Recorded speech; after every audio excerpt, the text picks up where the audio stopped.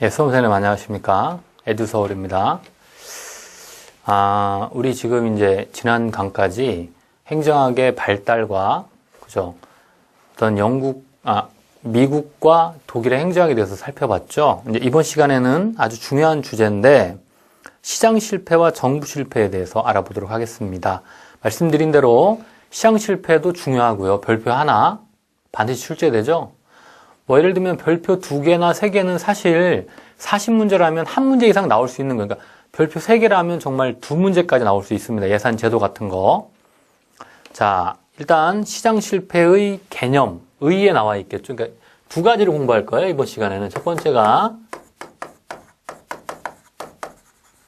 이 시장 실패를 공부할 거고요. 두 번째 주제는 정부 실패죠.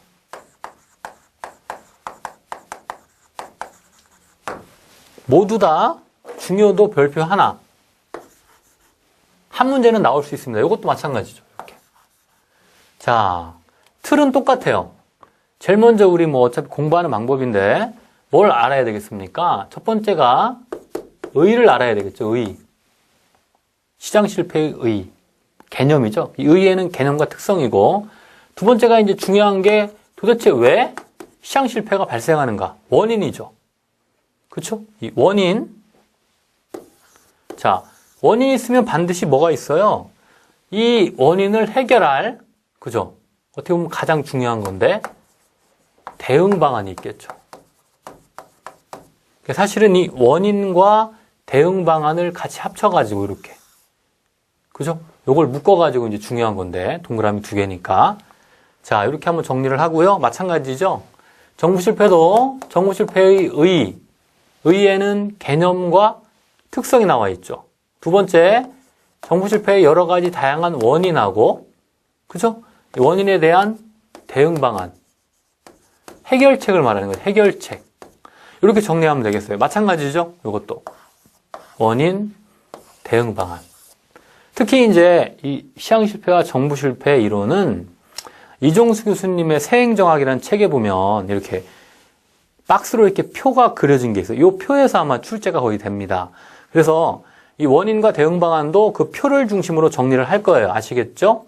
자, 먼저 시장 실패의 의의부터 봅시다. 원래 시장에는 우리가 여러분 아시겠지만 예전에 사회 시간에 배웠죠? 이 아담 스미스라는 경제학자가 보이지 않는 손이라는 표현을 하죠. 인비저블 핸드라고 하는데 보이지 않는 손. 이 보이지 않는 손에 의해서 가격이 결정되죠. 즉 수요와 공급이 만나죠. 이렇게 그래프를 그리면 이렇게, 그죠? 이쪽 가격, 프라이스, 이쪽은 생산량, 수요 공급이죠. 이쪽이 디맨드, 수요고요. 이게 공급이란 말이에요. 그럼 여기서 만나요. 이렇게. 이 만나는 게 균형인데 이 균형 가격과 균형 생산량이 어느 누구에게서 이루어지는 게 아니라 저절로 이루어지는 거죠. 근데 이 균형이 깨지는 거예요. 이 균형이 깨지는 게 바로 시장 실패죠. 왜? 시장에서는 보이지 않는 손에 의해서 균형이 이루어져야 되거든. 그래서 이 균형이 깨지는 게 간단하게 말하면 시장 실패고요. 또한 시장 실패에는 효율성은 달성할 수 있지만 형평성, 소득 분배의 불공평성이 생깁니다. 이게 시장 실패의 또 다른, 그죠? 원인이 되기도 하죠. 여러분 교재를 한번 잠깐 보시면 37페이지에 시장 실패는 크게 3가지죠. 첫 번째, 시장의 기능 장애 때문에 생긴다. 예를 들면 경쟁의 실패, 이게 불안전 경쟁이죠. 또는 불안전한 고용이라든가 또는 시장의 어떤 내재적인 결함, 시장 자체의 결함이죠. 공공재라든가 공유주의 비극, 외부성. 이 외부성이라는 게 외부 효과를 말합니다. 그 밖에 정보의 실패. 이 정보의 실패는 정보의 비대칭성을 말하죠. 어느 한 사람 정보를 많이 갖고 어느 사람 적게 가지는 거. 이게 원인이 되는 거고요. 마지막, 시장의 외재적 결합인데 시장 밖에서, 즉 시장은 기본적으로 능률성, 효율성은 달성할 수 있지만 형평성은 달성할 수가 없는 것이죠. 이러한 3가지 원인에 의해서 시장 실패가 발생하는데 그것보다 중요한 건 원인 및 대응 방안인데 일단 여러분들 쭉 보시면 41페이지 한번 보세요. 41페이지 보시면 정리한 거죠.